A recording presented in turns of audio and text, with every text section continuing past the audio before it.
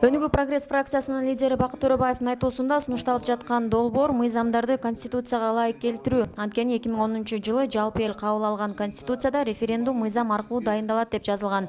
Ал эми 6 жыл мурда иштеген мыйзамда референдумду жарыялоо укугуна президент ээ болчу.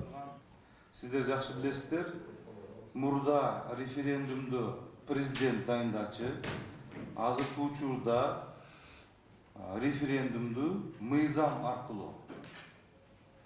аркылуу дайындалат. Мыйзамдын демилгечилери ким?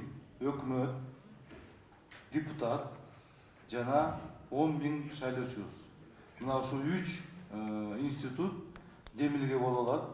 Демилге болуп, жогорку кеңешке киргенден кийин референдум жөнүндө кайсы бир маселе коюлса дагы, ошо референдумду эгерде демилге өтөрсө, анда ошо жогорку кеңеш аркылуу өтөт. Жогорку кеңеш аркылуу өтүп, мыйзам аркылуу. Мыйзам эгерде президент кол койсо, анда ошондо референдумга алып чыгылат маселе. Референдум болобу болбой, ал да башка маселе.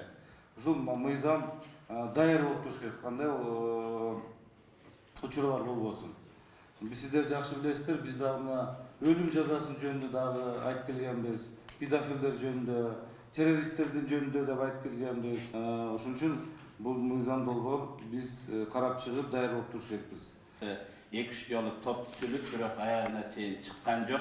Эгер ошол конституцияга өзгөртүү киргизебиз деген топтор ишин аягына чейин чыгарса, чын эле бизде мына мыйзамдык коллизиялардын айынан абдан чоң проблемалар жаралмак. Ошондуктан мен ойлойм, ушу фракция муну көтөрүп атканыңар убагында тезирээк кабыл алыш керек. Себеп дегенде конституция кабыл алынгандай, мындай конституциялык мыйзамдар ошого шайкеш келиш керек.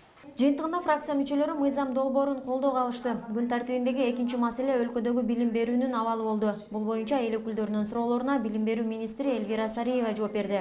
Айтсаңыз, Бишкек шаарында канча кыргыз мектеп бар? 6 мектеп.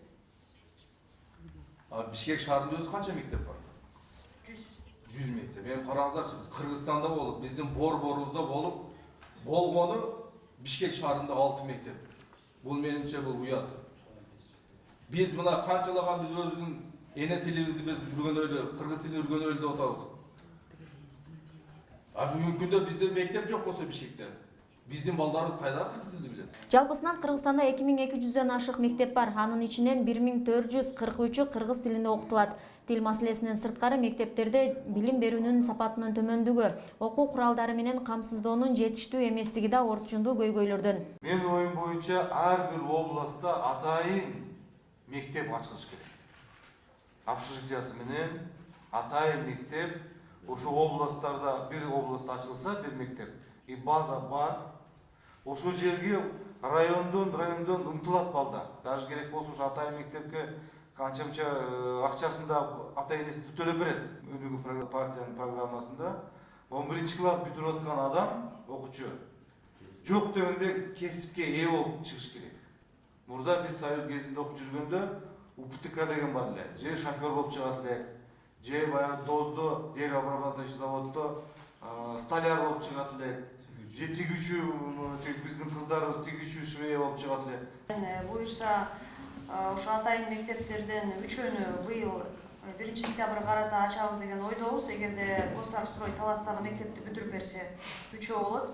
Мындан сырткары айылдык мектептер үчүн жалпы республикалык тестирлөөнүн бардык көрсөткүчүн төмөндөтүү жана жогорку окуу жайлардын келишимдик суммасын 10%га азайтуу тапшырмасын билим берүү министрлигине берген чечимди фракция бүгүнкү жыйынында кабыл алды.